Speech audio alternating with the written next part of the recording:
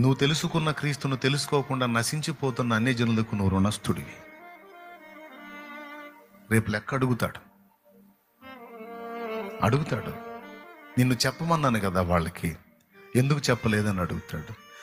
నాకు అడుగుదిరింది ప్రవ్వా, వాళ్ళ గురించి పట్టించుకుంటే నేను పోయేటట్టు నా ప్రవ్వా, అందుకే నేను ఎవరికి చెప్పలేదంటే రుణము తీర్చని స్థితిలో ఉన్నట్టు అవుతుంది. నువ్వు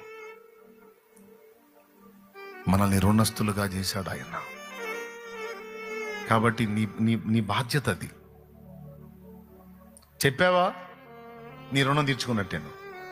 ఇప్పుడు నా బంధువులకి పెళ్ళి అడ్డం పెట్టి, ఇతర కార్యక్రమాలు అడ్డం పెట్టి, మా నాన్న చనిపోతే ఆ చావుని కూడా ఉపయోగించి నా వాళ్ళందరికీ సువార్త ప్రకటించా, నా సమాజానికి ప్రకటించా. మా నాన్న డెడ్ బాడీని ఊరేగింపు చేసుకుంటా టౌన్ మొత్తం తిరుగుతా సువార్త ప్రకటించాను. ఒక పక్క తండ్రి చనిపోయాడు అనే ఒక శోకం నన్ను తొలుస్తున్నా, ఈ సమయాన్ని పోనీయకూడదు. ఎప్పుడు నా మాట విననివాడు ఇప్పుడు వినే అవకాశం ఉందని ఆ డెడ్ బాడీని ఊరేగింపు పెట్టి, ఆ ఊరేగింపులో నేను సమాధి స్థలానికి చేరిందాక ప్రకటిస్తానే ఉన్నా. అది చూసిన వాళ్ళు సాక్ష్యం. ఎందుకంటే నా పట్టణానికి చెప్పాలి, నా బంధువులకి చెప్పాలి, స్నేహితులకి చెప్పాలి. జ్ఞాపకార్థ కూటాన్ని ఉపయోగించి అందులో ప్రకటించా. బంధువులకి ఎవరు వచ్చినా సరే, రాజకీయ నాయకుల దగ్గర నుంచి పోలీస్ అధికారుల వరకు, వీరు వారు అన్న భేదం లేకుండా దేవుడు ఎంతమందిని నా దగ్గరికి నడిపించాడో వారందరికీ నేను చేయదగ్గ సువార్త చేసి, నేను చేయదగ్గ పరిచయం, వాక్యాన్ని పరిచయం చేసి, యేసయ్యని పరిచయం చేసి బైబిళ్ళు కూడా ఇచ్చా. ఎందుకంటే వాళ్ళు నా దగ్గర పంపాడంటే నేను రుణస్తుడిని. ఒక్కసారైనా నేను అందించానంటే ఇక నేను రుణం తీర్చుకున్నట్టు. నీ తోటి స్టూడెంట్స్కి నువ్వు రుణస్తురాలిరా తల్లి. నువ్వు జాబ్ చేసే స్థలంలో నీ తోటి కొలీగ్స్కి నువ్వు రుణస్తురాలివి. నువ్వు చెప్పకపోతే ఇంకెవరు చెప్తారమ్మా? నువ్వు చెప్పకపోతే ఇంకెవరు పరిచయం చేస్తారమ్మా? నువ్వు పనిచేసే స్థలంలో నీ తోటి కార్మికులకు నీవు రుణస్తురాలివి, రుణస్తుడివి తమ్ముడు.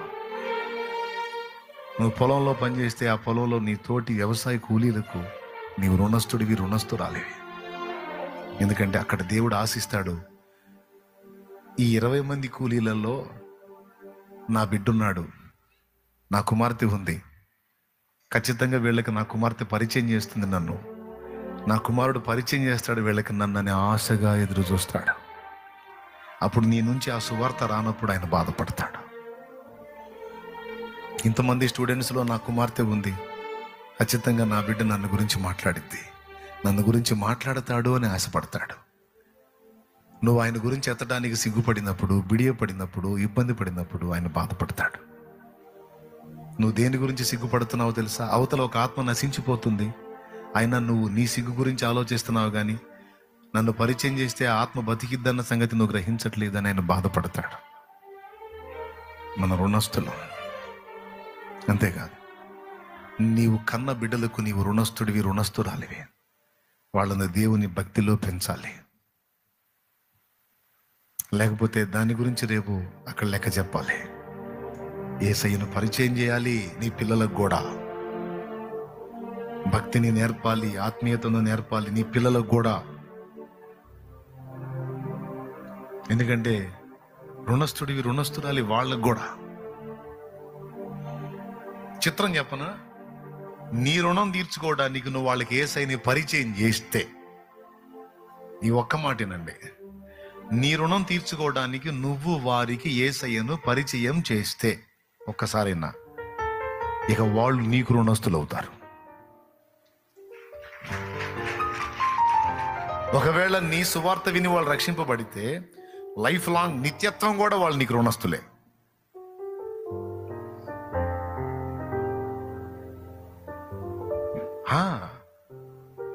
కాబట్టి మనం చేయాలి కదా. మనం చేస్తూ ఉంటే దూషించే వాళ్ళు దూషిస్తూ ఉంటారు, ఎగతాళి చేసేవాళ్ళు ఎగతాళి చేస్తారు, విమర్శించే వాళ్ళు విమర్శిస్తుంటారు. సిగ్గులేదు, చీచా అంటున్నా కూడా వచ్చి చెప్తా ఉంటావు. బుద్ధి లేదు, తన్నాలనిపిస్తుంది నిన్ను చూస్తుంటే. ఆ పందినయం నీకన్నా, ఆ కుక్కనయం నీకన్నా, ఛై అంటే పోతుంది, చీ అన్న బాటిల్లో నువ్వు అంటారు. అయినా సరే లక్ష్య పెట్టకూడదు. ఎందుకంటే వాడు నరకం నుంచి బయటపడటానికి అవసరమైన జీవదాతని పరిచయం చేస్తున్నావు. అది వాడి కళ్ళకి గుడ్డితనం వల్ల వాడు అర్థం చేసుకోలేకపోతున్నాడు, ఆమె అర్థం చేసుకోలేకపోతున్నా, అసహించుకుంటున్నారు. వాళ్ళకి అర్థమైన నాడు అది చూడండి, ఆ తల్లిని చూడండి, ఆ తల్లిని చూడండి అక్కడ స్క్రీన్ మీద. ఆమెకు అవసరమా? కాళ్ళు పనిచేయవా? ఆమెకి నిలబట్టమే కష్టం. ఆమెకు అవసరమా? ఏ విధం చేతనైనా ఒక ఆత్మను రక్షించాలి. బాధ్యత.